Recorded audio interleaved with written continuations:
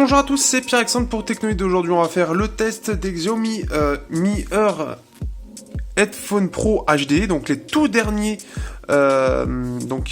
intra de chez Xiaomi, qui sont un peu dans la lignée des hybrides en termes de design, mais qui changent sur beaucoup de points. En gros, là, c'est un peu la lignée haut de gamme, c'est un peu bizarre, mais haut de gamme de leurs écouteurs. Que j'ai payé sur Gearbest, donc vous avez le lien dans la description. J'ai payé 23 €. Donc là je les ai achetés. Et donc on revient un petit peu aux fondamentaux des pistons, c'est-à-dire une petite boîte déjà un petit peu bien, et on en perd un, c'est-à-dire on perd le côté Kevlar du câble. Donc on va regarder ça. Déjà on va comparer rapidement en fait par rapport aux hybrides, c'est-à-dire que c'est un peu dans la lignée du design, mais il y a beaucoup de petits changements. Donc vous avez à gauche les hybrides et à droite donc les nouveaux Mi Ear. Donc en termes de design, voilà, on est un peu dans la lignée, mais il y a pas mal de petites modifications. Comme on peut le voir, c'est beaucoup plus arrondi. Et donc ce qui fait que, hop, je vais mettre un peu de lumière, voilà. Donc c'est un peu plus arrondi et c'est un peu plus qualité. On peut voir qu'on a toujours la mention HD audio, qui ne veut rien dire en soi sur des écouteurs, mais c'est pour dire peut-être qu'ils sont d'assez de bonne qualité pour qu'on puisse voir un côté un peu...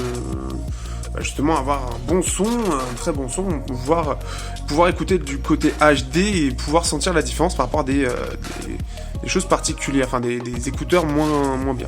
On peut voir que la télécommande a enfin évolué, qui n'était pas exceptionnelle avant, avec les hybrides ou les pistons 3, et là on a une vraie grosse télécommande bien en métal, alors celle-ci aussi, mais tout en métal avec des boutons bien distinctifs, avec un micro toujours au dos. Et quand on peut le voir, donc la différence se situe surtout ici, où on perd ce fameux câble en tissu qu'on a eu toujours sur tous les pistons, et là on ne l'a plus. On a un câble tout à fait classique.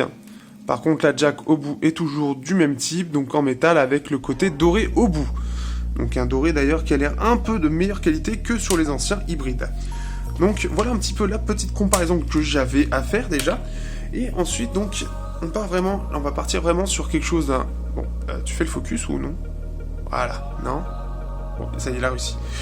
Et donc, on est donc sur des écouteurs qui m'ont carrément impressionné. Réellement. Ils m'ont vraiment impressionné. Parce que tous ces changements, en fait, ont permis plusieurs choses.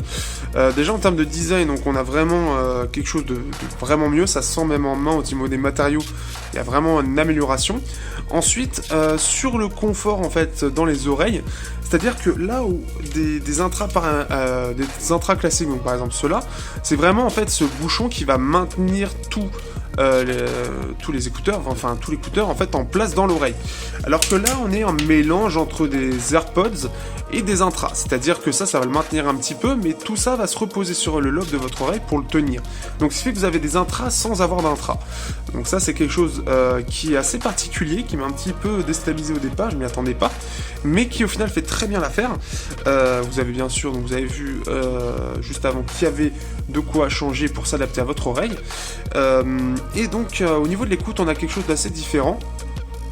Déjà on peut voir en plus de ça que c'est en bleu à l'intérieur. Je sais pas si je vais pouvoir le voir. Ah, on peut le voir. C'est en bleu, donc c'est un petit truc comme ça. Et donc assez étonné de la qualité qui est offerte.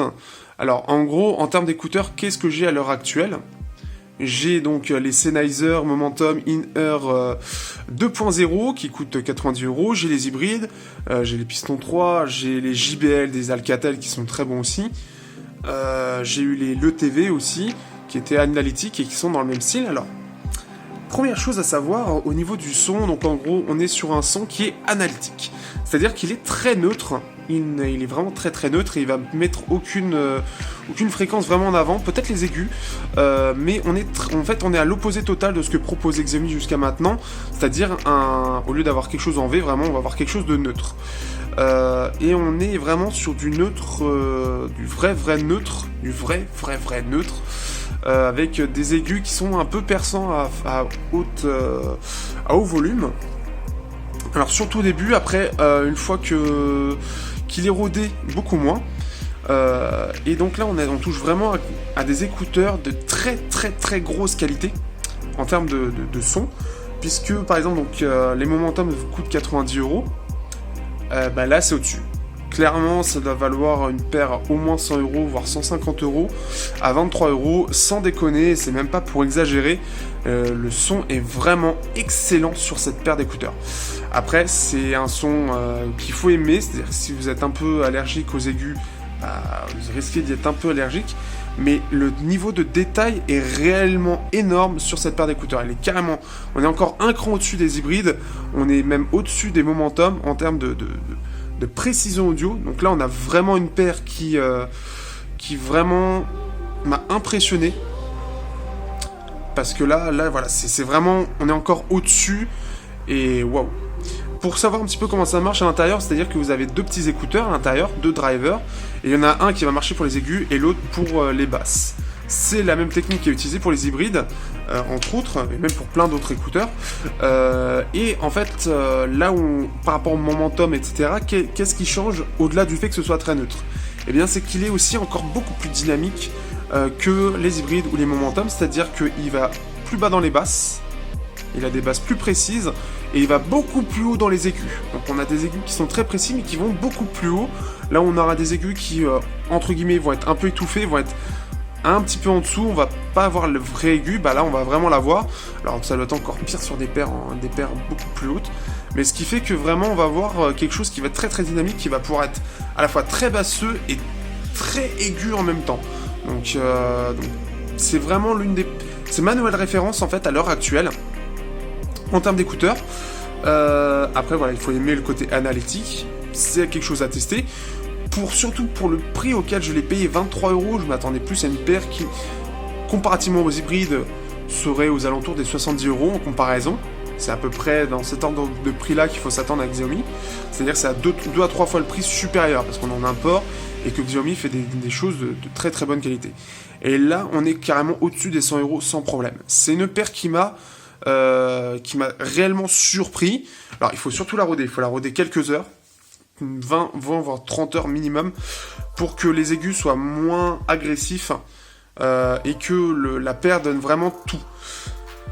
Et clairement là je suis sur le cul sur cette paire, je m'en remets pas, c'est vraiment mon coup de cœur actuel. En plus de ça, donc avec la petite boîte qui est quand même bien sympa, comme vous pouvez voir, où on a donc la paire qui est là, donc c'est assez classe au départ, et donc on a les différents embouts, donc qui pourront faire plaisir à ceux qui ont des petites ou grosses oreilles. Et voilà, le packaging est complet, on a quelque chose de vraiment bien. On est sur du 32 ohms, donc c'est-à-dire que 32 ohms, en gros, c'est l'alimentation, donc c'est une alimentation qui est un peu élevée quand même, j'ai l'impression. Je suis pas sûr, mais j'ai l'impression. Sensibilité 98 décibels et 20 à 40 000 Hz. Donc voilà, donc... Si ça parle à certains, n'hésitez pas, mais en tout cas, j'étais vraiment très très impressionné de la paire. Autant au niveau du confort, qui est un petit peu particulier, comme je vous l'ai dit, c'est pas des vrais intras, ça fait un peu semi-intra. Pour l'impression que j'en ai, c'est que ça fait semi-intra. Donc voilà, impressionné vraiment par la qualité. La qualité tout simplement de ça, quoi. Voilà quoi. Vous comprenez que je suis un petit peu sur le cul de la qualité. Donc voilà, je vais terminer là-dessus. C'est une paire que je recommande tout à fait. Elle s'adapte à peu près à tout, tous les types de musique. Donc ça devrait... Vous devriez être très content de cette paire. En tout cas, moi, je peux vous dire qu'à l'heure actuelle, j'utilise plus que ça parce que j'ai perdu mon autre casque malheureusement qui était très bien.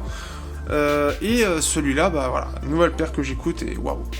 Donc j'espère que la jack ne va pas disparaître tout de suite parce que à l'heure actuelle, bah on peut faire des très bons écouteurs à pas cher. Et il suffit juste d'avoir après les téléphones qu'il faut derrière. Je l'ai testé notamment sur le Snapdragon 625 avec le Zenfone 3 qui a une très bonne sortie audio, ou le Samsung Galaxy S7 Edge, et j'ai eu aucun souci.